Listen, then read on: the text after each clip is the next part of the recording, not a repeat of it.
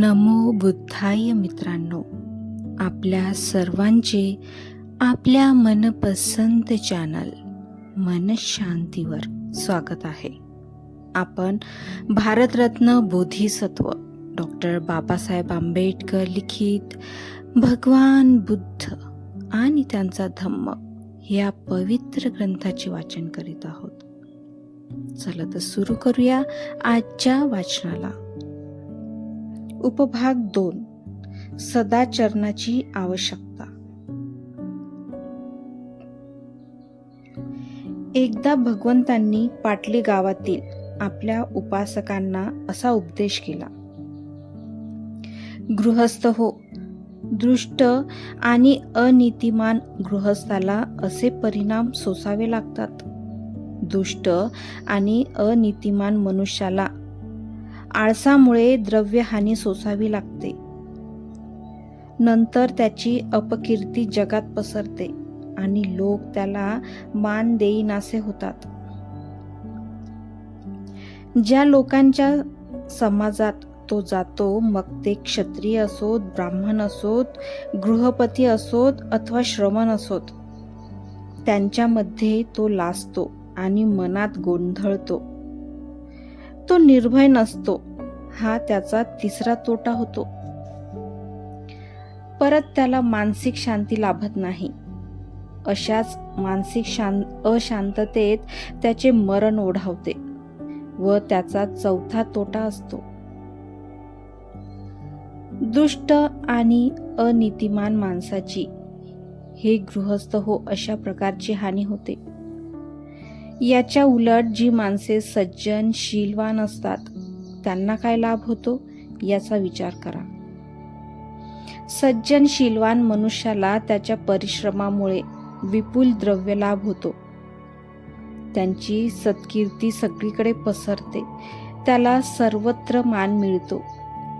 तो क्षत्रियांच्या, ब्राह्मणांच्या, गृहपतींच्या अथवा श्रमणांच्या समाजात जाऊन तेथे निसंकोच आणि आत्मविश्वासाने प्रवेश करीत असतो. त्याला मानसिक शांती लाभलेली असते. कधीही मरते समयी देखील तो शांत चित्ताने देहत्याग करतो. मूर्ख मनुष्याला तो मूर्खपणाने जे पाप करीत असतो त्यातील मूर्खपणा कळत नाही. अग्नीप्रमाणे त्याची पापे त्याचा नाश करीत असतात.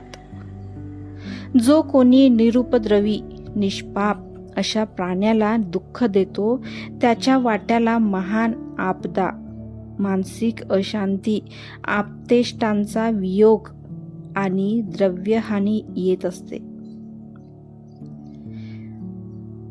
उपभाग 3, सदाचार आणि जनतेप्रती जबाबदाऱ्या. एके समयी भगवान खारींना जेथे दाणे खायला घालीत त्या राजगृहातील वेळूवनात राहत होते. त्यावेळी स्थवीर सारीपुत्त एका मोठ्या भिक्खू संघासह दक्षिण पहाडावर चारिका करीत होते. वाटेत राजगृहामध्ये राहिलेला एक भिक्खू सारीपुत्तांना भेटला. औपचारिक अभिवादनादी प्रकार झाल्यावर सारीपुत्तांनी त्याला भगवंतांचा कुशल समाचार विचारला. भिक्खूने भगवंत व भिक्खू संघ यांचे कुशल सांगितले. त्याप्रमाणेच सारीपुत्तांनी विचारल्यावरून राजगृह नगरात तंडुलपाल द्वाराजवळ राहणाऱ्या धानंजांनी ब्राह्मणांचा कुशल समाचार सांगितला. सारीपुत्तांनी त्याला विचारले, ब्राह्मण धानंजांनी अप्रमादपूर्वक राहतो का? भिक्खूने उत्तर दिले, धानंजांनी कसला अप्रमादपूर्वक राहू शकणार? तो राजाचा उपयोग ब्राह्मण आणि गृहस्थ यांना नागवण्यासाठी आणि ब्राह्मण आणि गृहस्थ यांचा उपयोग राजाला लुबाडण्यासाठी करतो. सुशील कुळातून आलेली त्याची सुशील पत्नीही मरण पावलेली आहे आणि त्याने अलीकडे दुसरी पत्नी केली आहे.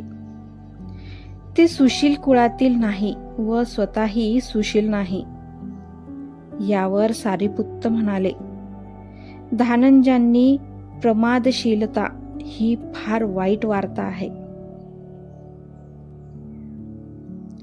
एखाद्या वेळी तो मला भेटेल, त्यावेळी या संबंधी मी त्याच्याशी बोलेन. दक्षिण पहाडातील आपला वास पूर्ण केल्यानंतर सारिपुत्तांनी आपली चारिका पुढे चालू केली आणि ते राजगृहाला आले. तेथे त्यांनी वेळुवनात वस्ती केली. सकाळी वस्त्र परिधान करून भिक्षापात्र हाती घेऊन ते राजगृहात भिक्षेसाठी गेले. त्यावेळी ब्राह्मण धनंजयानी हा त्याच्या गायीचे दूध ज्या कुरणात काढले जात होते तेथे देखरेख करण्यासाठी गेला होता. भिक्षा संपवून परत आल्यावर सारिपुत्तांनी भोजन केले आणि नंतर धनंजयानीला शोधून काढले.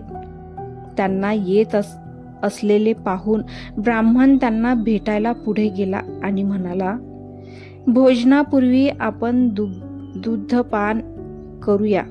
सारिपुत्ताने उत्तर दिले, नको ब्राह्मणा, माझे जेवण झाले आहे आणि दुपारच्या वेळी मी एका झाडाखाली विश्रांती घेणार आहे.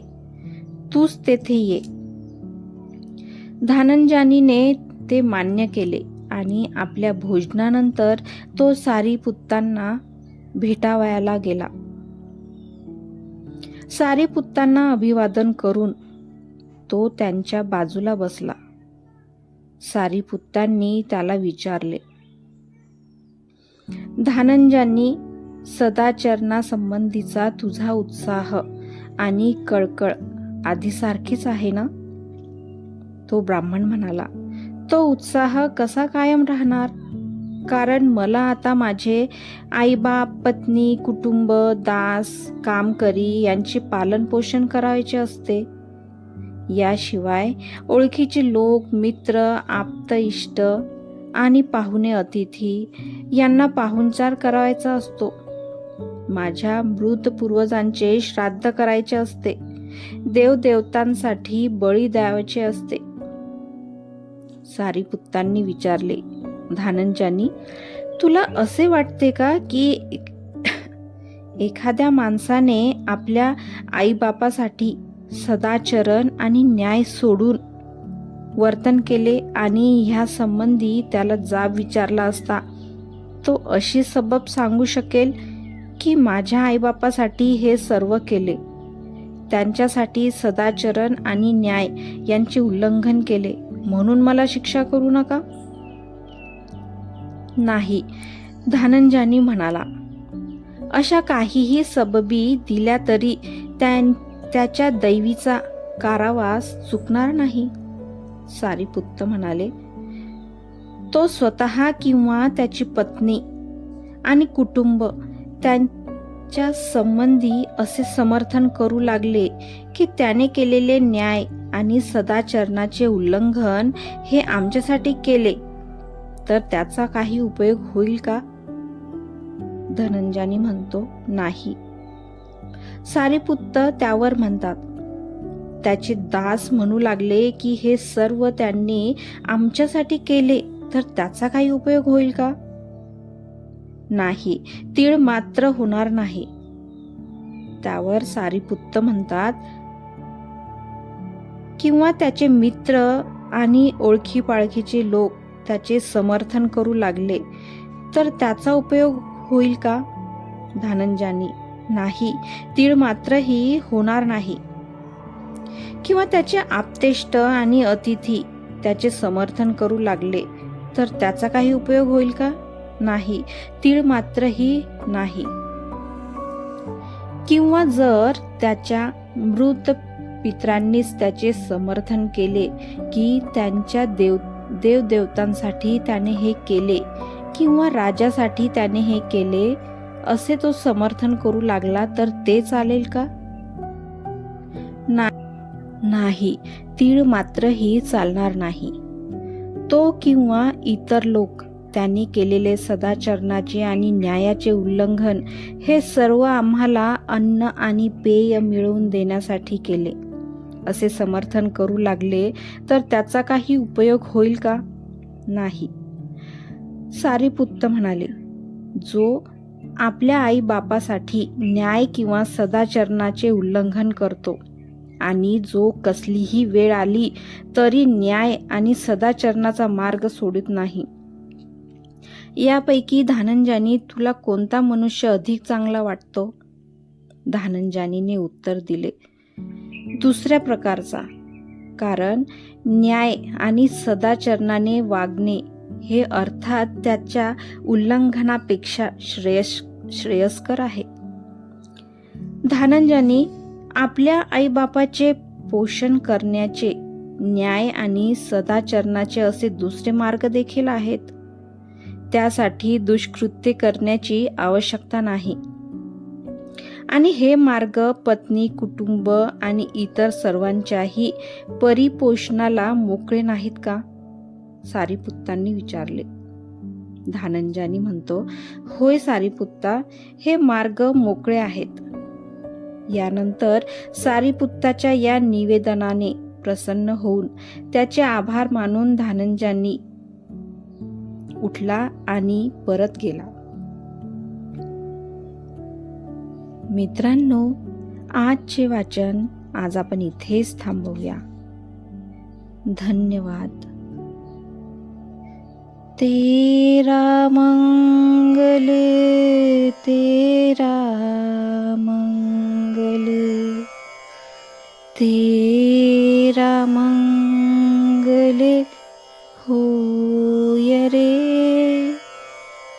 सबका मंगल, सबका मंगल, सबका मंगल होय रे.